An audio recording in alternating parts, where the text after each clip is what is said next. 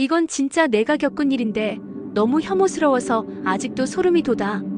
새벽에 마감 직전에 낡은 정육점에 갔다가 내 피부가 비닐랩에 포장될 뻔한 끔찍한 일을 겪었어. 이 이야기는 내가 지금도 벗겨진 피부 때문에 제대로 잠을 못 잔다는 것만 알아도. 내가 회사 야근 끝나고 집에 가는데 우리 동네에 있는 오래된 정육점에 불이 켜져 있더라. 마감 직전인지 주인 아저씨는 안 보이고 가게 안에 고기 냄새 대신 묘하게 시큼하고 끈적한 약품 냄새 같은 게 풍겼어. 나는 무시하고 고기를 사려고 진열대를 봤지. 근데 진열대 위에 놓인 고기 덩어리들을 감싼 비닐랩이 뭔가 이상했어.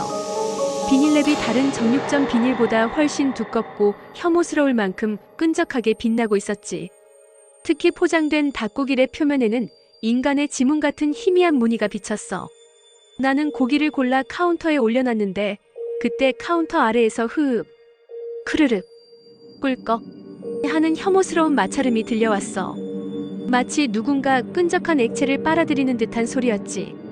소리가 이상해서 카운터 아래를 봤는데 그 정육점 주인 아저씨가 없었어.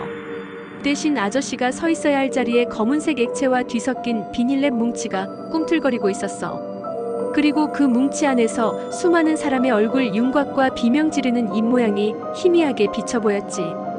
그건 단순히 랩 뭉치가 아니라 수많은 피부 조각으로 이루어진 덩어리 같았어. 나는 공포에 질려 도망치려 했는데 그때 카운터 위에 비닐랩 뭉치가 갑자기 긴 촉수처럼 뻗어 나에게 덤벼들었어. 뭉치가 내 팔뚝을 감싸더니 비닐랩이 내 피부와 착 달라붙으며 피부를 통째로 벗겨내려는 끔찍한 고통이 몰려왔지.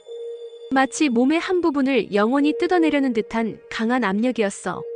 나는 비명을 지르며 팔을 뜯어냈는데 비닐랩이 닿았던 팔뚝의 피부가 혈관과 신경이 그대로 드러나도록 깨끗하게 벗겨져 비닐랩 표면에 붙어 있더라. 벗겨진 피부에서는 피가 아니라 투명한 액체가 흘러나왔어. 나는 필사적으로 가게 밖으로 도망쳤지만 내 등 뒤에서는 주인 아저씨의 목소리가 끈적하게 늘어지면서 따라왔어. 손상 없이 뜯어야 하는데 다음엔 전신 포장을 시도해야지. 그 정육점은 사람들의 피부를 벗겨내서 고기를 포장하는 특수 비닐랩을 만들고 있었던 거야. 주인 아저씨도 이미 피부가 뜯긴 채 포장된 상태였던 거지. 낡은 정육점 마감 직전에 절대 가지 마.